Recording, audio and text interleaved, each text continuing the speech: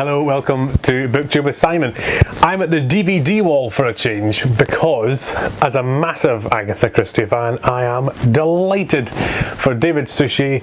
Poirot himself announced today he is going to be knighted in the Queen's birthday honours. So, very happy for Sir Poirot. Today, I would like to start off by addressing something that's come to my attention, some feedback from you, the 3 regular subscribers to this channel.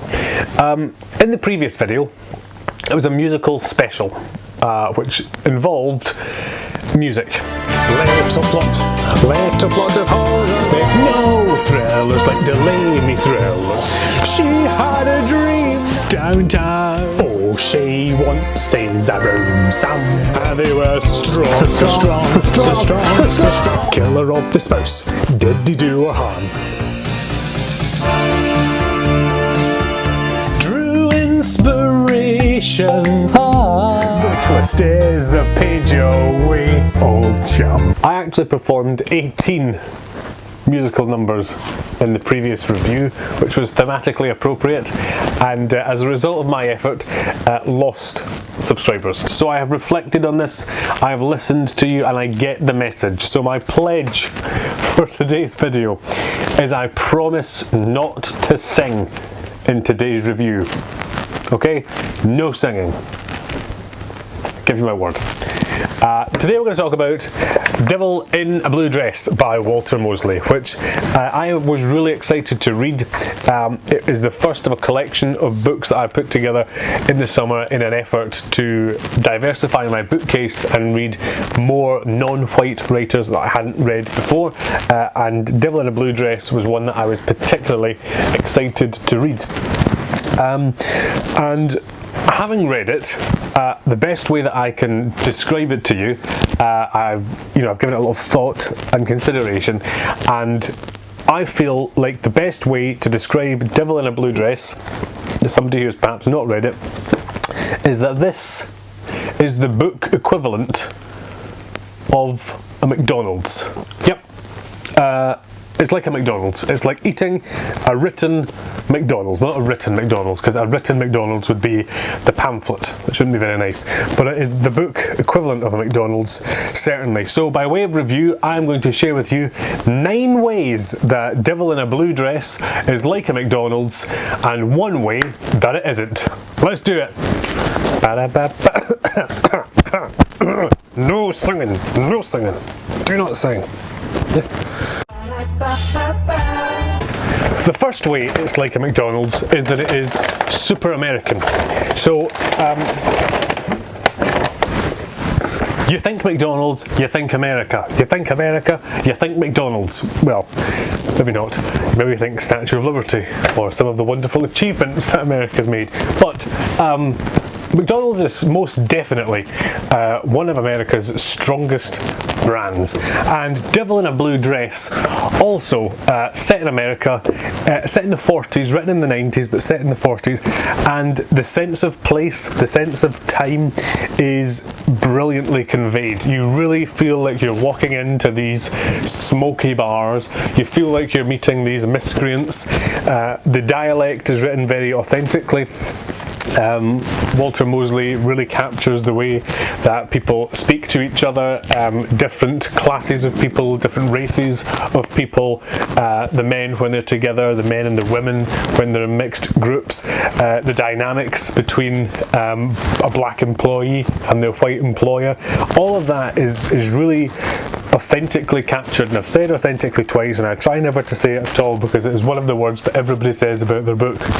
This is like so authentic. Authentic! This is really authentic. The authenticity. This is so authentic. Authentic, authentic, authentic, authentic. Stop it with the authentics.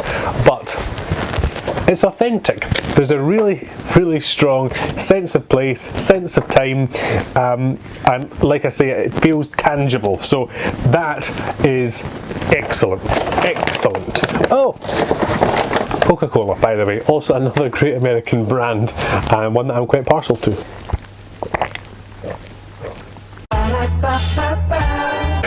Number 2, it's pretty unsatisfying. The thing about a McDonald's is when you eat it, it's great, you really do enjoy it, but then once you've eaten it, you don't feel full for very long, do you? It's like it's a snack you have on the way home before you have dinner. Maybe that's just me, but it's not been the first time. My wife's going to watch this video. Too late, I've started the sentence. It's not been the first time I've been on the way home from the office, dived into McDonald's for a cheeky burger, and then gone home to have dinner. And that's kind of what this Devil in a Blue Dress book is like. You read it, but it doesn't really give you any sense of lasting joy.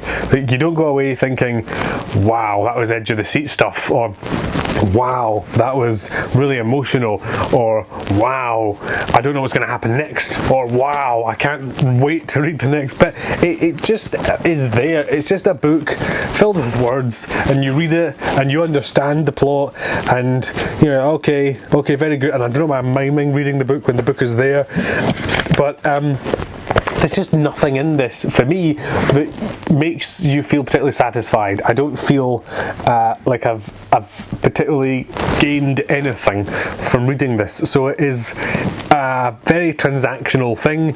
You eat your McDonald's, you get far more calories than is fair from a piece of lettuce, and that's kind of the end of it.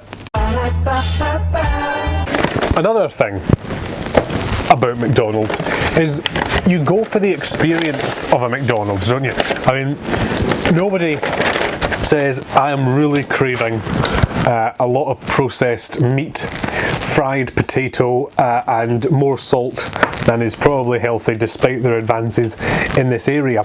And again, Devil in a Blue Dress is very much like that. There are some restaurants you go to and you know that they use the finest ingredients, you know that they use the most advanced cooking techniques, and you get the price tag to match. Here what we have is a Big Mac, which is full of stuff and sauce and things, but you don't really, in fact, I would say you actively don't think about what's in your McDonald's while you eat it, especially if you get the chicken McNugget option. You just go for the experience, for the joy of being in a McDonald's and eating this food and being McDonald'sized.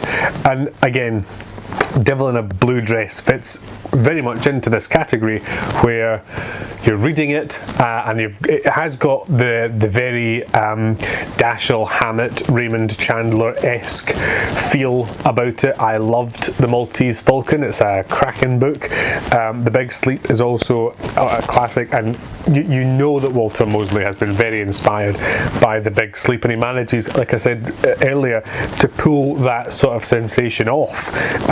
So that you get the experience of Devil in a Blue Dress while you're reading it, but unfortunately you don't actually enjoy the ingredients when you think about them. If you think about the individual characters and you think about the detail of the plot line and you think about everything, all of the component parts, it's quite underwhelming. You just have to sort of not think about it too much and just enjoy the experience. It's fast, I'll say that for it. It's a short book, as you can see. It's a very, very quick read. It's just over 200 pages in this copy, and I would say that it is like a McDonald's in the sense that it is a very quick experience, because it's not very long before you've had your McDonald's. You've waited in the queue for maybe 15 minutes, you've waited another 10 minutes for it to be produced, and then the act of eating it, you maybe get about 5 minutes, 6 minutes worth of eating before either you've finished it or you feel for medical reasons that you can't continue. And again, Devil in a Blue Dress, it's a good analogy because you get through it very, very quickly. It does not take you long to read at all. The fifth way that Devil in a Blue Dress is like a McDonald's is this. The chips are actually cold. The chips go cold. Everybody knows if you have a McDonald's, you have to start with the chips. because the chips go cold. Immediately. Immediately upon hitting the bag, the process begins. I don't know how they do it. I've never known another food item like the McDonald's fry for going so fast, so cold. For going so cold, so fast. It just disappears. It just seems to freeze. When you try to drink a cup of tea, when you've got somewhere to go, that appears to take about 100 years to cool down to drinking temperature. But the McDonald's fry, the McDonald's chip, cold in a heartbeat. And if I was to pick any analogy to go with Devil in a Blue Dress, the chips have gone cold is the best way to summarise the whole book. Because it arrives, this lovely, hot, salty, beefy thing at the beginning, and the chips just go cold.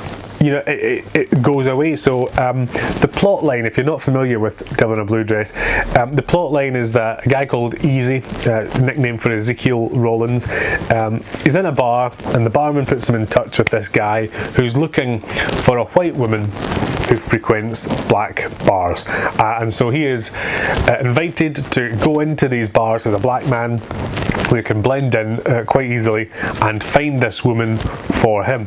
And the kind of early part of the book where they establish the dynamic is really quite well written. You understand that Easy is not particularly enthusiastic about this.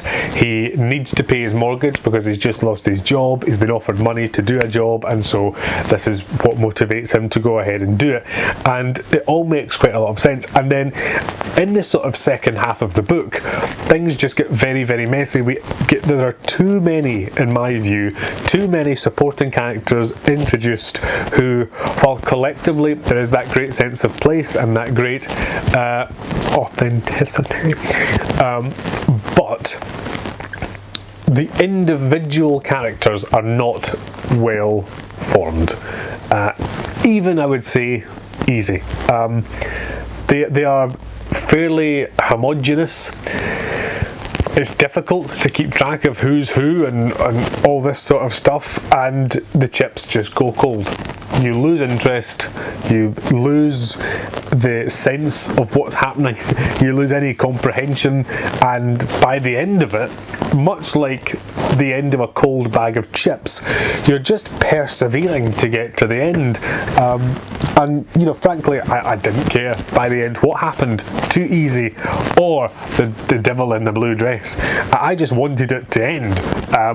And much like I'm going to feel eating this bag of chips, I don't enjoy cold chips.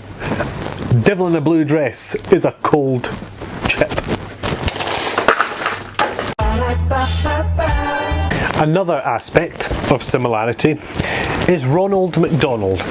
No, Ronald McDonald does not feature in Devil in a Blue Dress, and if you've read it and you're confused, then don't be. He's not there. I'm speaking metaphorically.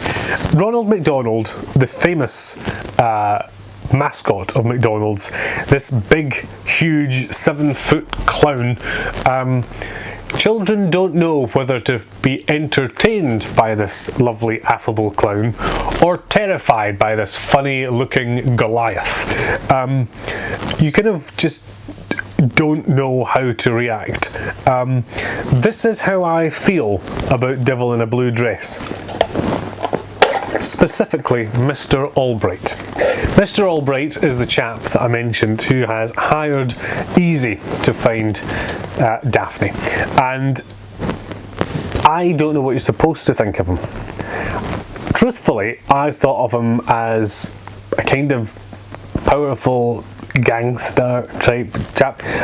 In all honesty, I imagined Robert De Niro.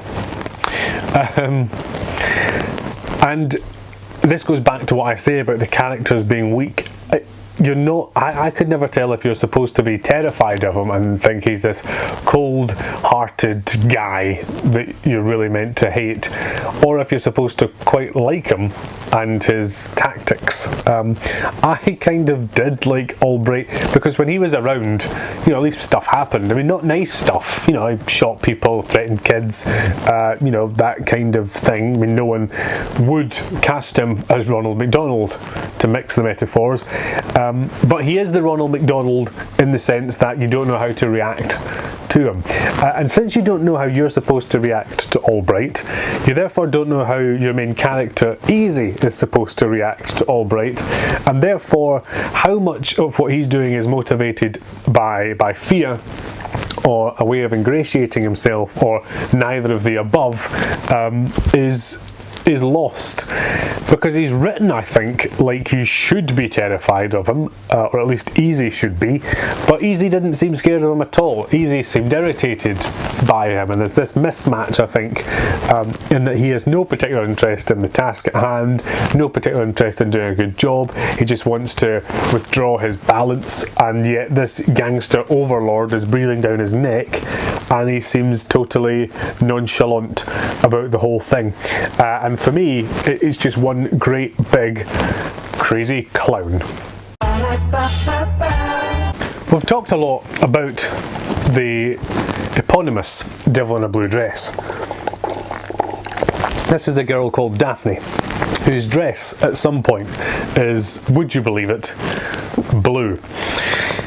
It's the main attraction, the main event, I suppose, meeting her, and this reminds me of the Happy Meal, and the fact that within a Happy Meal, famously, you get a toy. These days it's a toy or a book, actually, which weakens my argument because no one is ever disappointed by a book. But when I was young enough to get a Happy Meal, books weren't an option, it was just toys. So let's just pretend that's still the case. I have got my Happy Meal toy here. Happy Meal toys had one thing in common. You know, they were often related to a movie that was just released, or some Disney franchise or other. Very occasionally it was McDonald's branded itself, but there was something that they always had in common, and it was this: they were always pretty disappointing. You would be very excited to get the toy in the Happy Meal. It's the variable, it's the surprise. You know the burger you're getting, you know the fries you're getting, you know the drink you've chosen, but the toy is the surprise. The toy is the jewel in the crown. And then you get the toy, and this one, for example, appears to be an entirely static little minion chap who doesn't do anything. Occasionally they would do something, but never something fun or particularly entertaining. You'd have a go with it while you eat your burger, and then you would just take it home and collect these plastic things that served no purpose. And Daphne is much the same. Daphne is so disappointing. The whole book is named after her, and there was no fizz when she was around, no sparkle, no excitement. It was very anticlimactic, and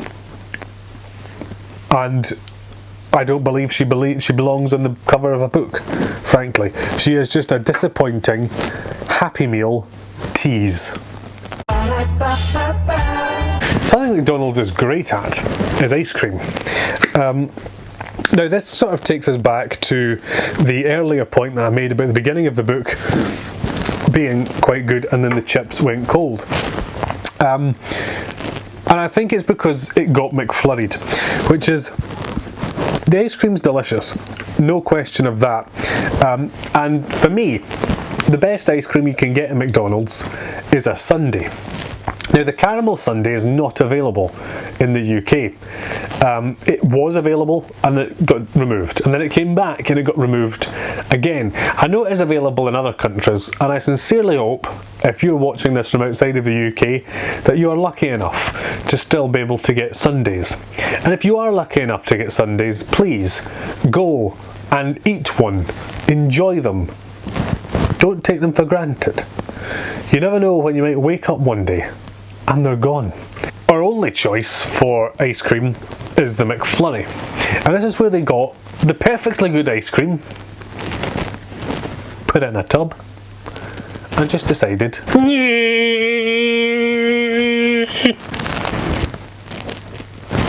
to mix it up, mess about with it. Why? Why? What's wrong with a Sunday? Devil in a blue dress. The same. Perfectly good idea. And then throw in all these irrelevant characters and irrelevant complications for no purpose. It's just Walter Mosley's way of going, flurry.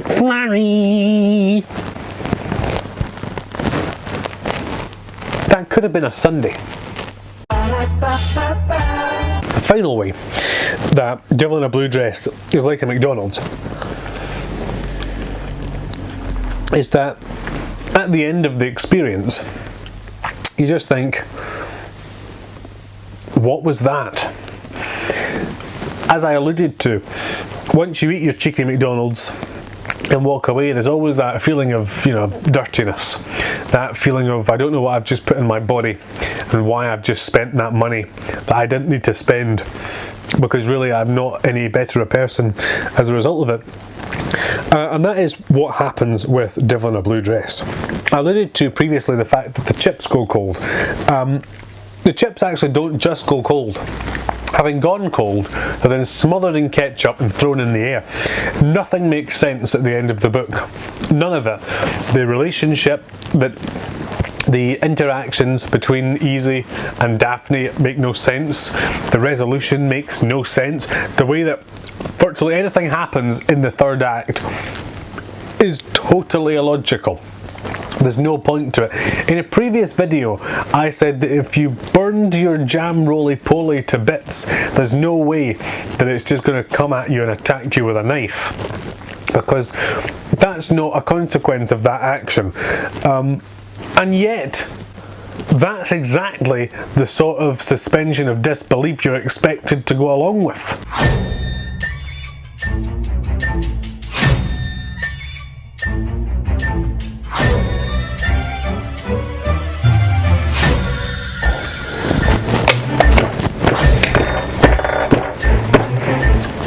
Today, Satan!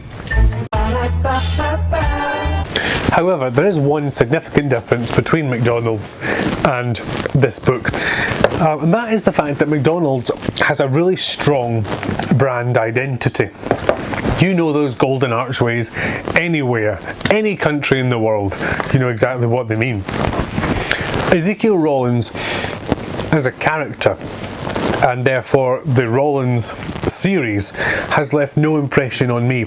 And if I was to go and pick up the second or the third or the fourth Easy Rollins book, I wouldn't know at all what to expect out of that series, and not in a good way. I've formed no connection with this character, no connection with this series, and I just don't really know what I'm supposed to get out of this. So where McDonald's has found itself a niche, this unfortunately hasn't, and so pulling it all together left with nothing but cold chips and a murderous hamburger, I am sorry to say, ba-da-ba-ba-ba, I ain't loving it.